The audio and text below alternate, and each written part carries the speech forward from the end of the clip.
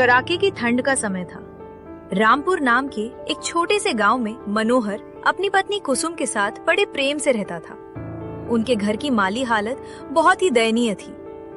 मनोहर दूसरों के खेतों में हाड़ तोड़ मेहनत और मजदूरी करके जैसे तैसे अपना घर चलाता था।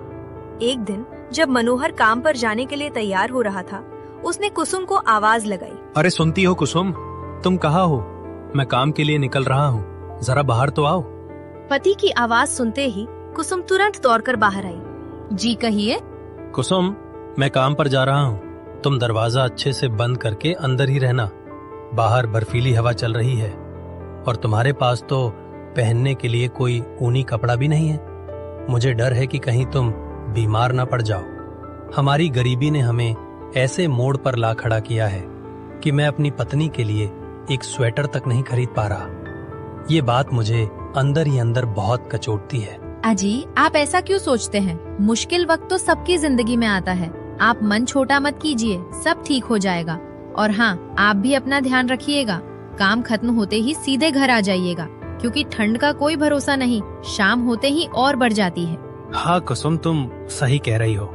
मैं जितनी जल्दी हो सकेगा काम निपटाकर लौट आऊंगा। सचमुच सर्दी दिन ब दिन जानलेवा होती जा रही है। मुझे जल्द से जल्द हम दोनों के लिए कुछ गर्म कपड़ों का बंदोबस्त करना ही होगा। जी ठीक है, अब आप जाइए, नहीं तो देर हो जाएगी। मैं आपका इंतजार करूंगी, बस संभल कर जाइएगा। ठीक है कुसुम, मैं चलता हूँ, अपना ख्याल रखना। ऐसा कहकर मनोहर अपने काम की ओर चल पड़ा। रास्ते में चलते चलते मनोहर की मुलाकात अपने पुराने मित्र सुरेश से हुई। सुरेश और मनोहर बचपन के यार थे। अरे मनोहर भाई, क्या हालचाल है? भाभी जी ठीक है ना? और ये क्या भाई, इतनी कड़कड़ाती ठंड में तुम ऐसे ही निकल पड़े हो? शरीर पर कोई गर्म कपड़ा भी नहीं है, ऐसे तो बीमार पड़ जाओगे यार।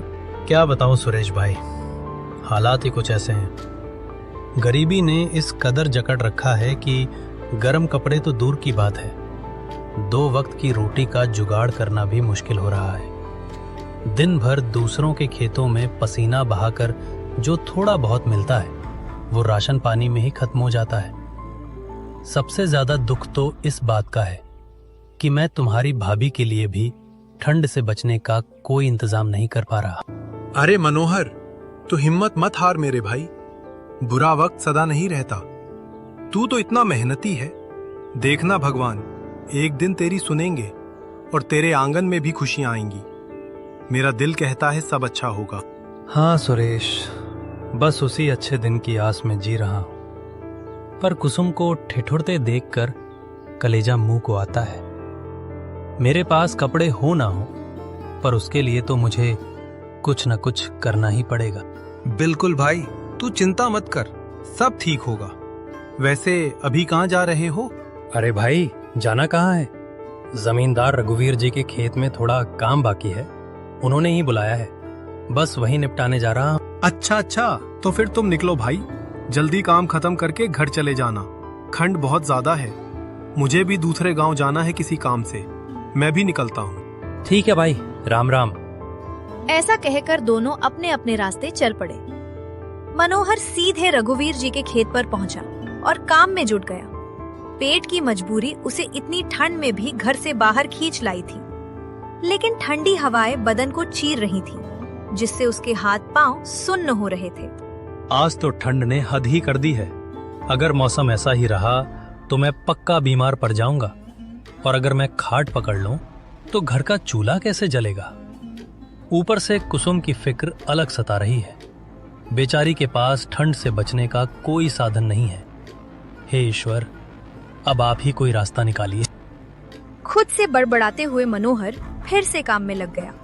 उसने सर्दी की परवाह किए बिना तेजी से हाथ चलाया और काम खत्म होते ही तुरंत घर की ओर दौड़ पड़ा।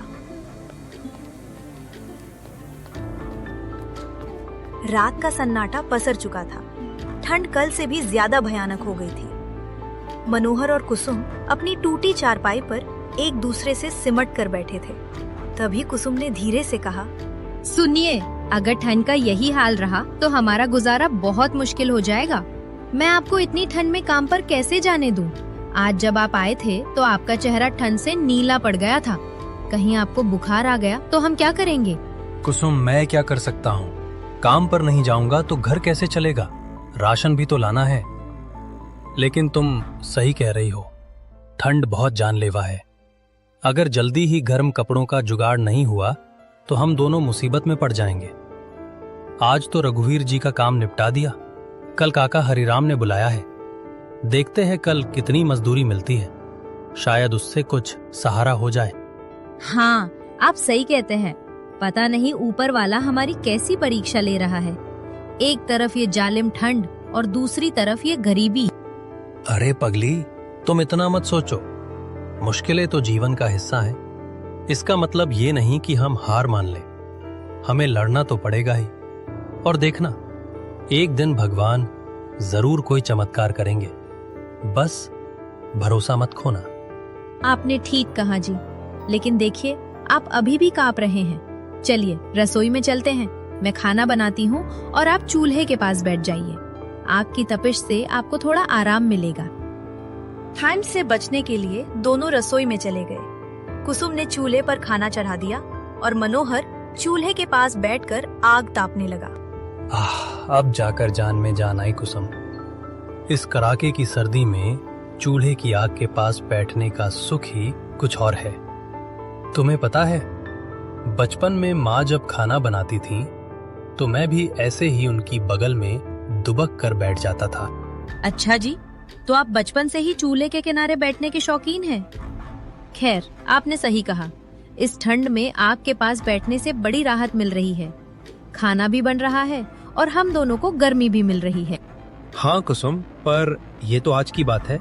मुझे जल्द से जल्द गर्म कपड़ों का इंतजाम करना ही होगा, वरना हम बीमार पड़ जाएंगे। मैं देखता हूँ और कहाँ कहाँ काम मिल सकता है। जितनी ज्यादा मेहनत करूंगा शायद उतने पैसे जुड़ जाएं कि हम ठंड से बच सकें। जी ठीक है, लेकिन आप मेरी चिंता इतनी मत कीजिए। मैं तो घर के अंदर ही रहती हूँ, संभाल लूंगी। आप बस अपने लिए कोई मोटा कपड़ा ले लीजिए ताकि बाहर काम करते वक्त आपको ठंड न लगे। आपकी सेहत ही मेरे लिए सब कुछ है। तुम बेफिक्र रहो कुसुम, मैं जी तोड़ मेहनत करूंगा और हम दोनों के लिए कपड़े लाऊंगा। चलो अब खाना खाकर सो जाते हैं। कल सुबह मुझे काका हरिराम के यहाँ भी जाना है। इसके बाद दोनों खाना खाकर सो गए।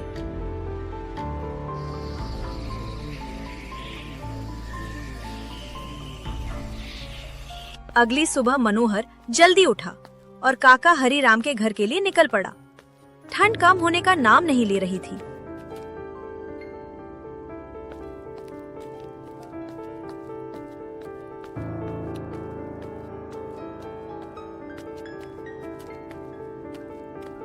काका हरिराम, राम राम। आपने मुझे बुलाया था, कोई काम था क्या? आओ मनोहर बेटा, राम राम। काम तो बहुत है, मैं तुम्हारा ही इंतजार कर रहा था। लेकिन अरे, इतनी भीषण ठंड में तुम ऐसे ही चले आए?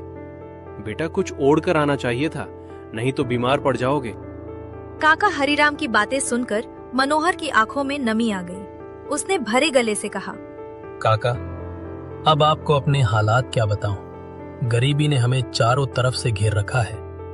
जितनी भी मेहनत कर लो, ये दरिद्रता पीछा ही नहीं छोड़ती। एक तरफ ये ठंड मार रही है, दूसरी तरफ पेट की भूख। सेठ धनीराम की दुकान का कर्जा भी सिर पर चढ़ा है। समझ नहीं आता कि मजदूरी से पहले उधार चुकाऊं, गर्म कपड़े लाऊं या घर का राशन भरूं। दिमाग काम करना बंद कर दिया है। मनोहर की पीड़ा सुनकर काका हरिराम का दिल पसीज गया। उन्होंने तुरंत कहा, बेटा मनोहर, तेरी बातें सुनकर मुझे बहुत अफसोस हो रहा है। मैं तेरी सारी मुसीबतें तो हल नहीं कर सकता, लेकिन इतना जरूर करूंगा कि आज तू मेरे यहाँ जो काम करेगा उसके बदले मैं तुझे इतने पैसे दूंगा कि तू अपने और अपनी पत्नी के लिए गर्म कपड़े खरीद सके। और आज के खाने का राशन तू मेरे घर से ही लेते जाना। बेटा, अगर ऐसे ही बिना कपड़ों के काम करता रहा तो अनर्थ हो जाएगा। काका की बातें सुनकर मनोहर का चेहरा खिल उठा। काका, आपका बहुत बहुत धन्यवाद। आपने मेरे बारे में इतना सोचा, यही मेरे लिए बहुत बड़ी बात है। बताइए, आज क्या काम करना है? मनोहर, आज तुम्हें मेरे खेत से ताजी सब्जियां तोड़नी है। मैं भी तुम्हारे साथ चलूंगा। ठंड बहुत है, इसलिए चलो जल्दी से काम निपटा लेते हैं ताकि तुम वक्त पर घर जा सको। मनोहर ने सिर हिलाया और दोनों खेत की ओर चल पड़े। मनोहर और काका हरिराम दोनों खेत के पास पहुंचे। दोनों कुछ देर तक खेत की ओर देखते रहे। काका हरिराम, इस बार तो आपकी सब्जियों की खेती बहुत अच्छी हुई है। हाँ बेटा, ईश्वर की कृपा और मेहनत का फल है। लहलहाता खेत देखकर दिल खुश हो जाता है। हाँ काका, बात तो बिल्कुल सही है। जैसे लोगों के लिए खेती बाड़ी ही सब कुछ होती है। काश मेरे पास भी अपना थोड़ा सा खेत होता तो शायद इतनी चीजों की कमी महसूस नहीं होती। खैर काका, ये सब छोड़िए, आप यहीं रहिए, मैं अभी सब्जियां तोड़ने में लग जाता हूँ। मनोहर ऐसा कहकर तुरंत सब्जियां तोड़ने में लग जाता है। ऐसे ही कुछ देर बाद मनोहर ने सब्जियां तोड़ ली और उन्हें एक टोकरी में रख दिया। शाबाश मनोहर बेटा, तुमने तो बड़ी अच्छी तरह सब्जियां तोड़ ली। खैर अब चलो जल्दी घर चलते हैं, तुझे ठंड भी लग रही है।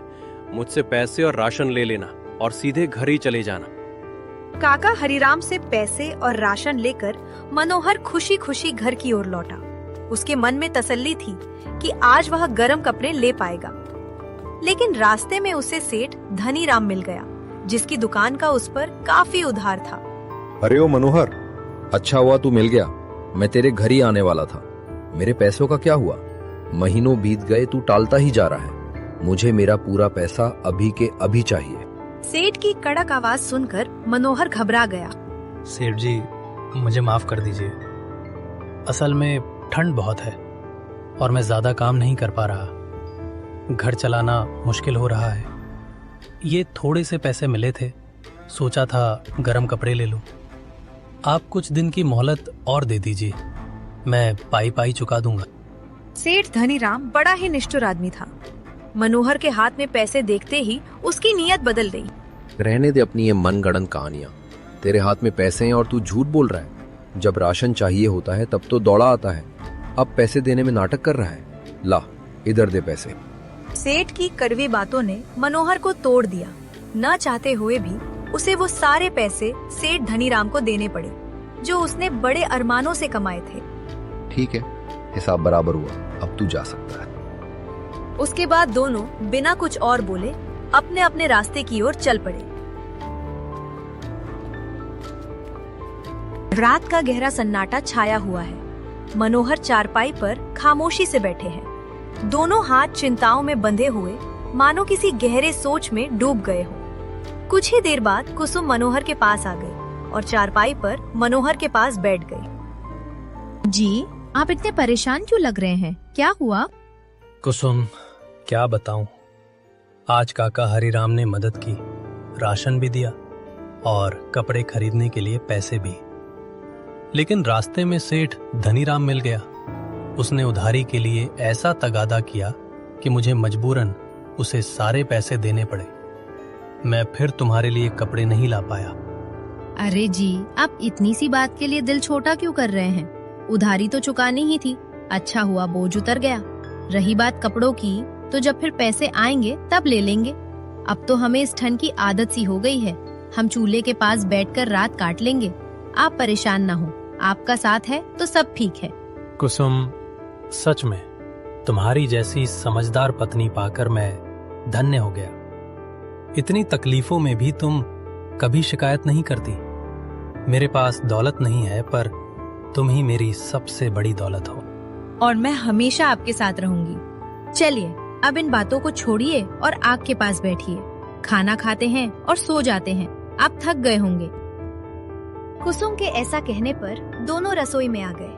उन्होंने चूल्हे पर खाना चढ़ाया और फिर दोनों आग के पास बैठकर थोड़ी देर आराम करने लगे। कुसुम, कल के लिए किसी ने भी काम पर बुलाया नहीं है। सोच रहा हूँ कि कल थोड़ा आराम ही कर लो। सच कहूँ तो इस कड़ाके की ठंड में मजबूरी में काम तो करना पड़ रहा है, लेकिन मेरा शरीर अब बहुत कमजोर महसूस करने लगा है। बिना गर्म कपड़ों के खेतों में काम करना और भी कठिन हो जाता है।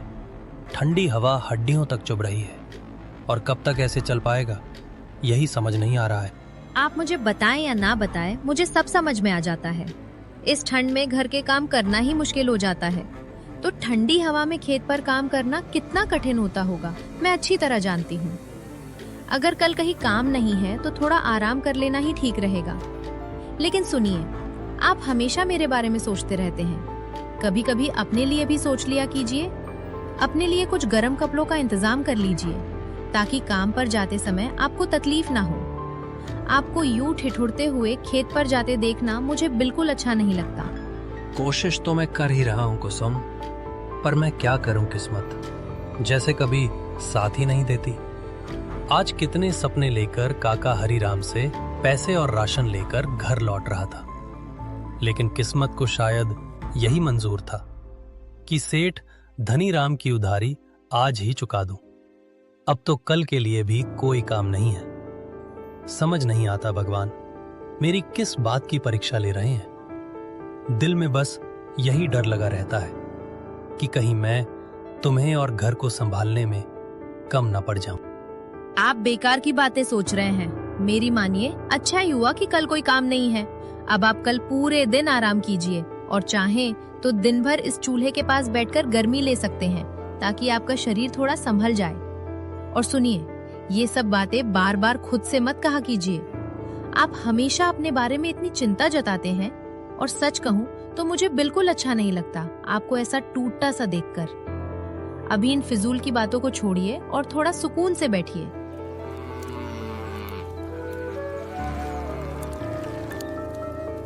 पता नहीं आज मुझे ऐसा क्यों लग रहा है, लेकिन दिल कह रहा है कि आज जरूर कुछ अच्छा होने वाला है।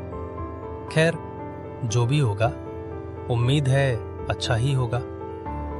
इसी तरह जब मनोहर अकेले बैठकर खुद से बातें कर रहा होता है, तभी अचानक उसके घर उसके ही गांव के चाचा केशव आ पहुंचते हैं। अरे चाचा केशव, आप आइए ना, बैठिए।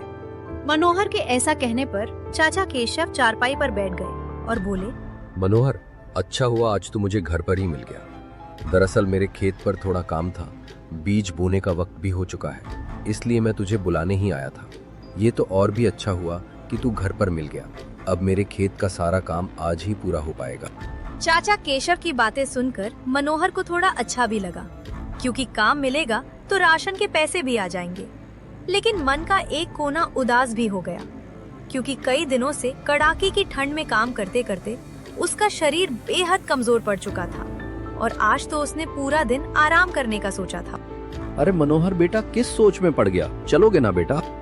दरअसल चाचा केशव, आप तो जानते ही हैं कि मेरे घर की हालत इतनी अच्छी नहीं है। कई दिनों से इस कड़ाके की ठंड में बिना गर्म कपड़ों के काम करते करते मेरा शरीर काफी कमजोर हो गया है। इसलिए आज मैंने पूरे दिन आराम करने का सोचा था। तेरी बात भी सही है मनोहर बेटा, लेकिन तू चिंता मत कर। काम ज्यादा नहीं है, बस थोड़ा सा हिस्सा बाकी है। 2-3 घंटों में आराम से हो जाएगा, और अगर आज ये काम पूरा हो गया तो मैं कल बीज भी लगा पाऊंगा। इसी दौरान मनोहर और चाचा केशव की बातें चल रही होती है कि तभी कुसुम वहाँ आ जाती है। अरे चाचा केशव, आप कब आए और आप कैसे हैं चाचा? बेटी, मैं तो ठीक हूँ। दरअसल मेरे खेत में 2-3 घंटे का थोड़ा सा काम बाकी है। उसी काम को करने के लिए मैं मनोहर को बुलाने आया था। अरे जी, अगर थोड़ा सा ही काम बाकी है तो आप जाकर कराइए। चाचा केशव भी आपसे उम्मीद करके ही आए हैं, उन्हें ज्यादा देर तक इंतजार ना करवाइए। कुसुम के ऐसे कहने पर मनोहर चाचा केशव के साथ जाने के लिए मान गया। उसके बाद दोनों खेत की ओर चल पड़े। कुछ देर बाद मनोहर और चाचा केशव खेत के किनारे पहुंच गए, जहां हल्की ठंड के बीच काम शुरू करने की तैयारी हो रही थी। तो मनोहर बेटा, तुम यहाँ खेत का जो थोड़ा बहुत काम बचा है उसे आराम से पूरा कर देना। मैं अभी बीज लाने बाजार जा रहा हूँ। तुम काम खत्म करते ही सीधे घर चले जाना। ठंड बढ़ रही है, और हाँ, तुम्हारे पैसे मैं तुम्हें कल दे दूंगा। ठीक है चाचा केशव, आप निश्चिंत होकर जाइए। मैं यहाँ का काम ध्यान से पूरा कर दूंगा। आप बिल्कुल चिंता मत कीजिए। उसके बाद चाचा केशव वहाँ से चले जाते हैं और मनोहर अपने काम में लग जाता है। ऐसे ही जब मनोहर दूसरी ओर कुदाल चला रहा था, तभी अचानक टक की आवाज आई, जैसे कुदाल किसी पत्थर से टकरा गई हो। मनोहर ने हैरानी से कुदाल एक तरफ रखी और ध्यान से जमीन को देखा। एक क्षण बाद उसकी नजर 2 चमचमाते सोने के टुकड़ों पर पड़ी।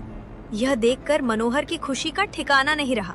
वह मुस्कुराते हुए बोला, हे ऊपर वाले, आपने तो आज सचमुच चमत्कार कर दिया।